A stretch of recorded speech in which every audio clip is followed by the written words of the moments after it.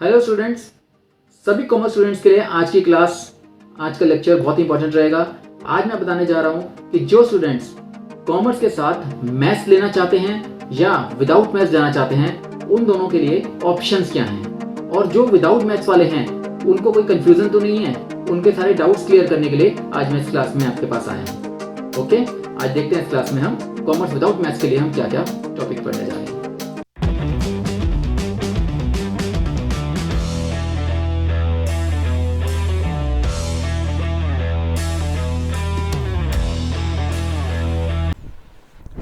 Hello students and my dear friends, welcome to Learn in Commerce once again।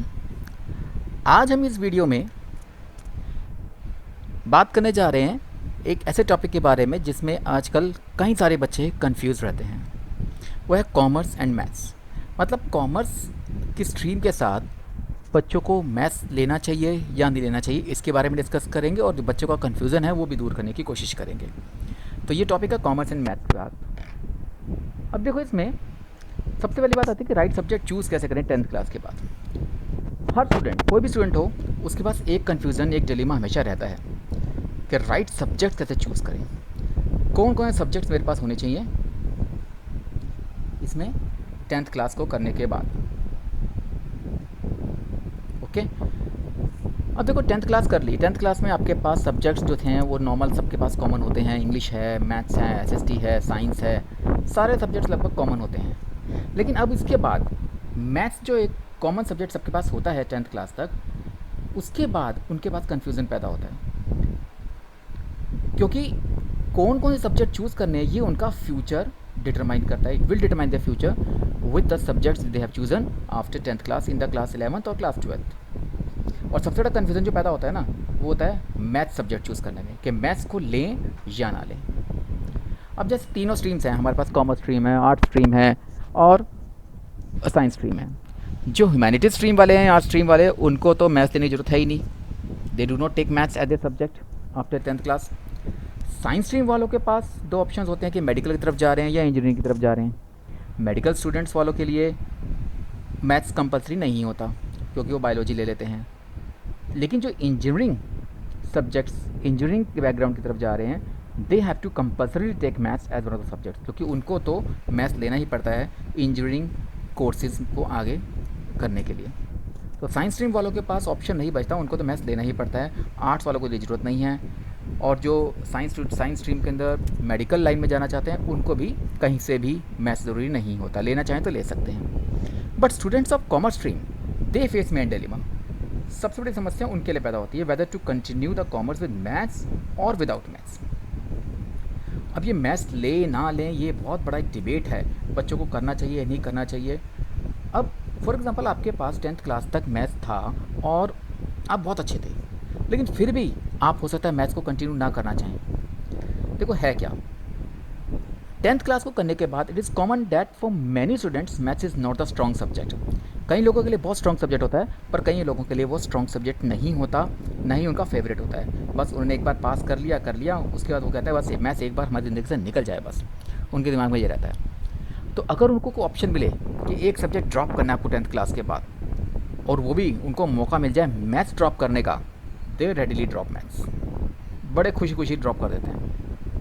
Some students तो, कुछ students ऐसे हैं जो maths में इंटरेस्टेड ही नहीं होते, क्योंकि वो ऐसे नंबर्स के खेल में फंसना नहीं चाहते। कह रहे कहाँ सारा दिन यही मैथ्स में लगे रहो, बस उनको पसंद नहीं है। कई लोगों को पसंद नहीं होता, और इसीलिए जिनके पास ऑप्शन मिलता है कि वो एक सब्जेक्ट ड्रॉप करना चाहते हैं 10th क्लास के बाद अपनी ज़िंदगी से, तो वो मैथ्स का ड्रॉप करना पसंद करते हैं। कुछ ऐसे भी हैं जो अपना कैरियर ऐसी लाइन में बनाना चाहते हैं, ऐसे एरियाज़ में बनाना चाहते हैं जिसमें मैथ्स कंपलसरी सब्जेक्ट नहीं होता। चाहे मैनेजमेंट करने जा रहे हैं, चाहे लॉ का कोर्स करने जा रहे हैं, चाहे अकाउंटिंग का कोर्स करने जा रहे हैं, तो यहाँ पर मैथ्स कंपलसरी नहीं है, इसलिए वो लोग ऐसे एरियाज़ में जाना चाहते हैं कि मैथ्स की ज़रूरत ही ना पड़े। तो ये मैथ्स को चूज़ करने का जो डिलेमा है, ये 10th क्लास के बाद लगभग हर स्टूडेंट के पास आता है, वेदर टू टेक मैथ्स और नॉट इन द सब्जेक्ट्स। अब समस्या पैदा होती है, क्वेश्चन आता है, इस commerce without maths a problem? क्या प्रॉब्लम है? देखो, वैसे देखा जाए कॉमर्स विद मैथ्स बहुत बड़ा कॉम्बिनेशन है, बहुत बढ़िया कोर्सेज आपके लिए आगे खुलते हैं।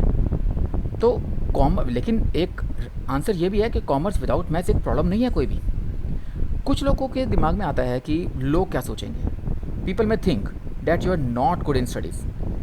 मतलब अगर आपने मैथ्स नहीं लिया मतलब आप स्टडीज़ में अच्छे नहीं हो, मतलब आपका दिमाग नहीं है, आपके हाथ में वो पावर नहीं है, वो स्किल नहीं है कि आप मैथ्स कर सको। कि अगर आपने कॉमर्स लिया है, विदाउट मैथ्स लिया है, तो लोगों के दिमाग में आता है कि आप शायद स्टडीज़ में अच्छे नहीं हो, बट ऐसा नहीं है। It is not correct. क्योंकि 12th क्लास के बाद जैसे मैंने बताया कि अकाउंट्स की लाइन में या मैनेजमेंट लाइन में या लॉ लाइन में जाते हो तो 12th क्लास के बाद आपसे कोई नहीं पूछेगा कि आपने मैथ्स पढ़ा है या नहीं पढ़ा है। जहाँ पर मैथ्स कंपलसरी है वहाँ तो उनको लेना ही पड़ता है, पर जहाँ मैथ्स कंपलसरी नहीं है तो 12th के बाद आपसे कोई नहीं पूछता whether you have studied maths और नॉट। सो इसका मतलब कॉमर्स विदाउट मैथ्स कहीं से एक समस्या नहीं है किसी भी स्टूडेंट के लिए, जो चाहे करे, जो चाहे ना भी करे। अब क्या मैथ्स कंपलसरी है?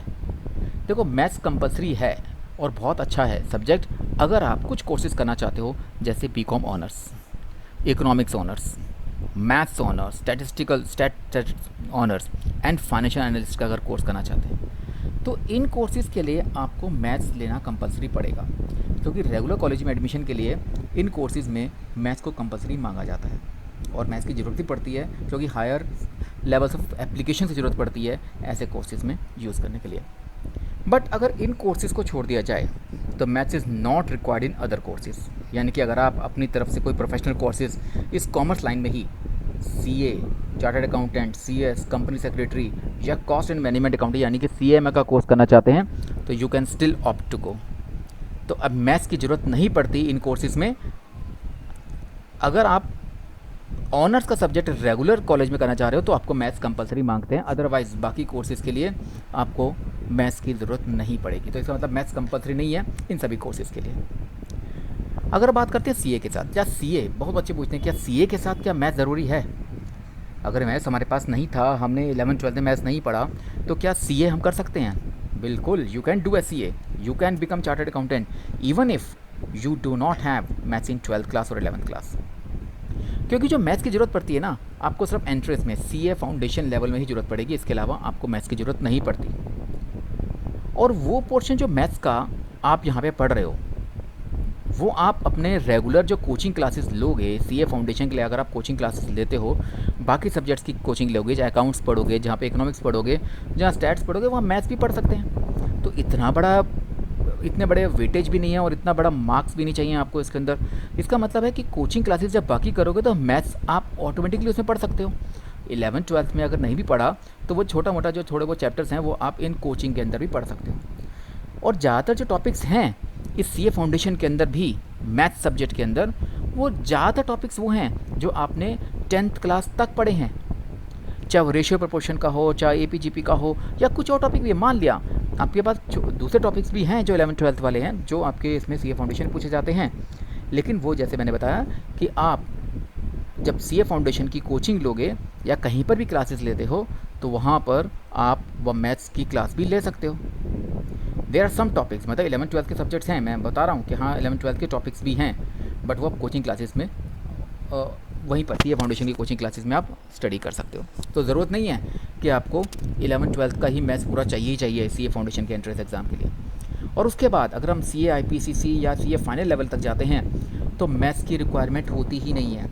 तो जब आपको सिर्फ एंट्रेंस लेवल पर से फाउंडेशन लेवल पर ही मैथ्स चाहिए तो क्यों अपना 2 साल, जब आपको इंटरेस्ट नहीं है मैथ्स के अंदर, जिनको इंटरेस्ट है वो ज़रूर करें, हम बिल्कुल मना नहीं कर रहे कि मैथ्स को मत लो, लेकिन जिनको इंटरेस्ट नहीं है, जो बहुत ही मुश्किल से मैथ्स में पास होते हैं, तो उनको CA करना है तो वो बिना मैथ्स के भी कर सकते हैं। अगर मैथ्स की ज़रूरत पड़ेगी तो वो अपने कोचिंग क्लासेस के साथ भी ले सकते हैं। इसका मतलब you can still become CA without taking maths इन जो 11th and 12th class.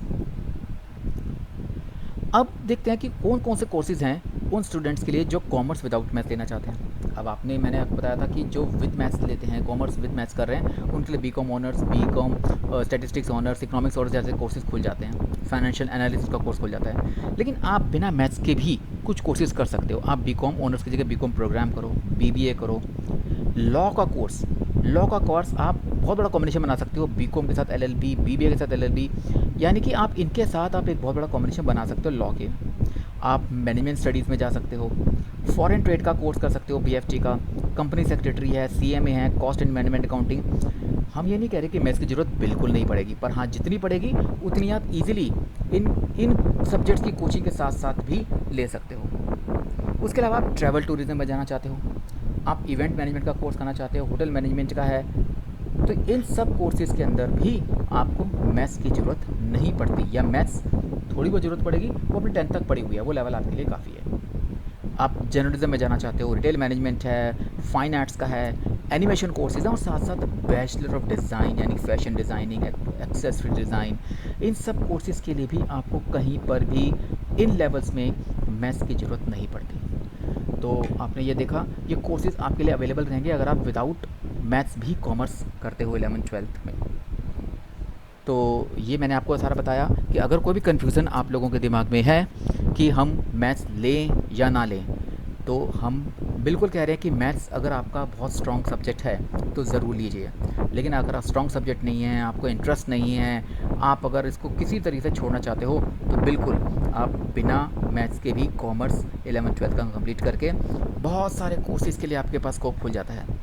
So don't confuse yourself and opt for the best. तो this was all about the topic, कि आज जो एक बहुत बड़ा टॉपिक जो सब बच्चों के हाथ दिमाग में आता है कि मैथ्स ले या ना ले, इसके बारे में डिस्कस किया। सो बाकी इश्यूज़ के बारे में भी धीरे धीरे करके हम आते रहेंगे। तो stay connected with learn in commerce. Thank you once again, good bye.